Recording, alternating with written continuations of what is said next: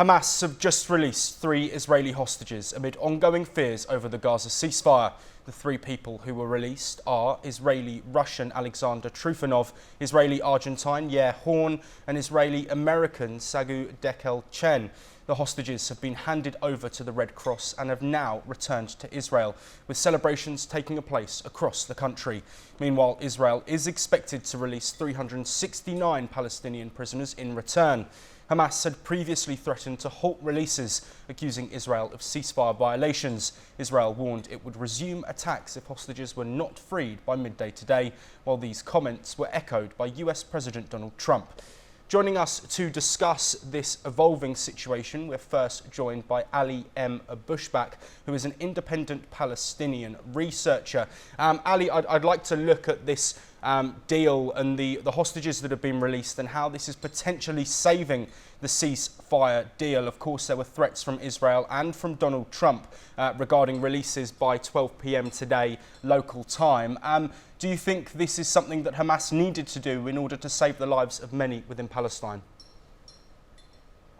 Thank you for having me. In fact, there is a cautious anticipation surrounding the implementation of the ceasefire in Gaza, as the hostages are released today within the exchange agreement between Hamas and Israel. But there is also this part of agreement is surrounded with the flooded amount of ongoing threat and explosion between Israel and Hamas, particularly during the last statement of President Donald Trump.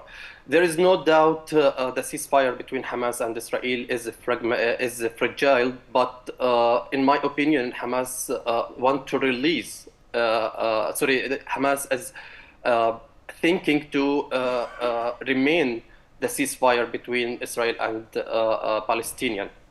However, from other side, Benjamin Netanyahu, he is not as serious for the ceasefire, and I guess the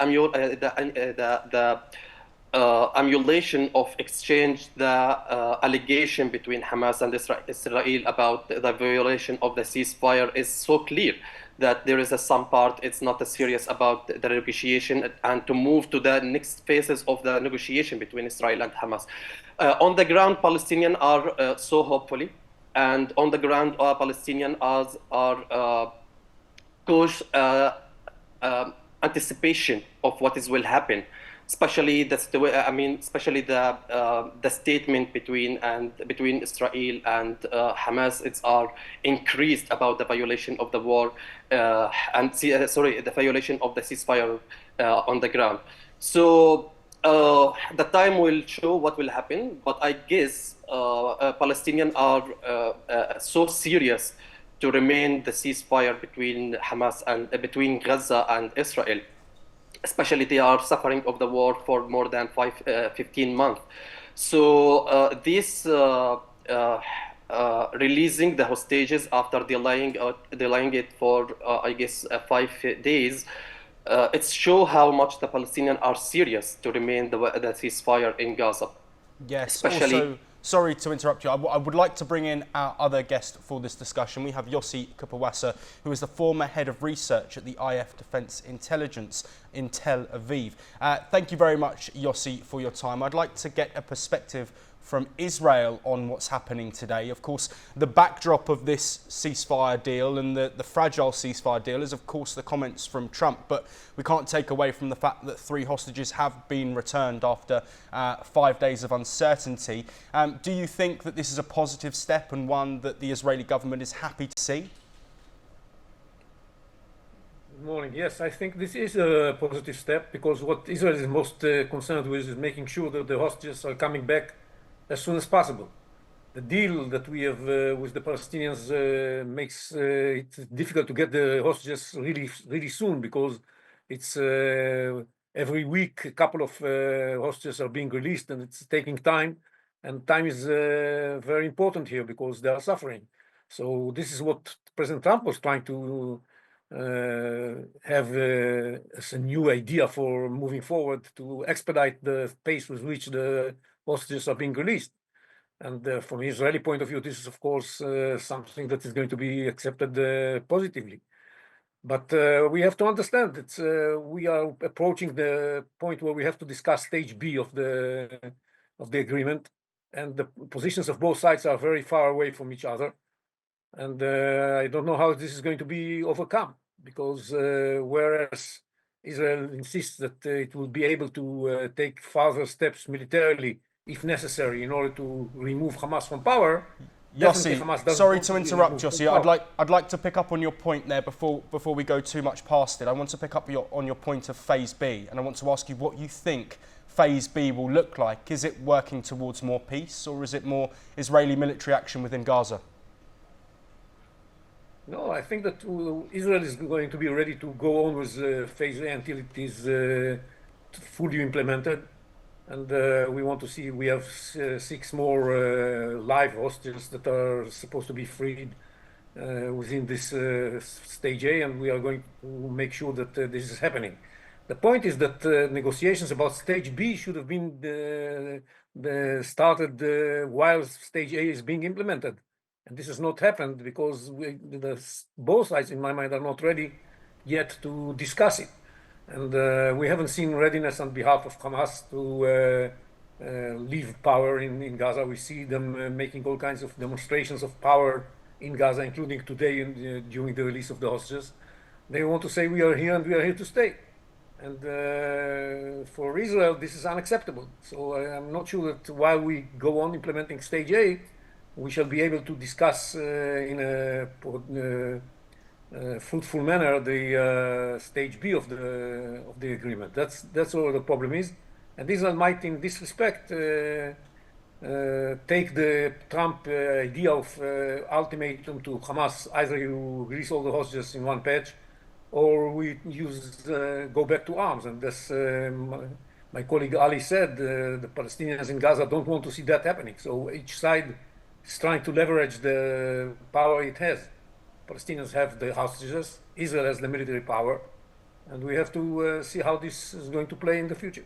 Yes, absolutely. And Ali, before we move on to our next discussion point, the US will be involved in the ongoing negotiations for Phase B. Trump, of course, committed his support for Israel in any action, calling on them to end the ceasefire if the hostages weren't returned. He said all of them, but there has been some movement towards that. In terms of US involvement in this situation and in the next stages, what is the feeling within Palestine? Let me just mention one point about releasing the hostages in batches. There is a lack of trust between Hamas and Israel for going back for the war. So that's it, Hamas, in my opinion, that releasing the captive or hostages in batches. So they need more guarantee for not going back for the war, and they need to negotiation to solve the cases between Israel and Hamas. And let me just, Yusuf, about, he mentioned that the Palestinian who has the hostages, it's not the Palestinian, Hamas. Hamas not represented all the Palestinians' popularity.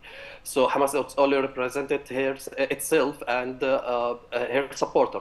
So also Donald Trump involving in negotiation, and we have seen that all the international community disagreed that Donald Trump plan in the Gaza's case about displace the Palestinian to other land and empty Gaza from their Palestinians civilian.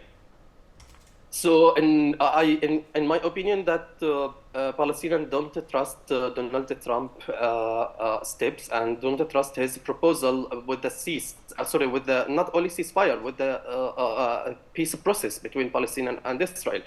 So this is the main case. And about releasing the hostages whole in one patch, as I said, there is a lack of trust between Palestinian and Israel. And since the day one of announcing of the ceasefire between Hamas and Israel, Benjamin Netanyahu, he confirmed that they will resume the war again after releasing the hostages.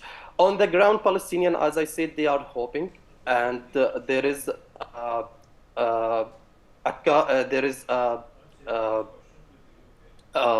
there is they are monitoring the war. I mean, monitoring the situation with carefully about what will happen. So either they will displaced, or either the ceasefire will remain again. That's in my belief.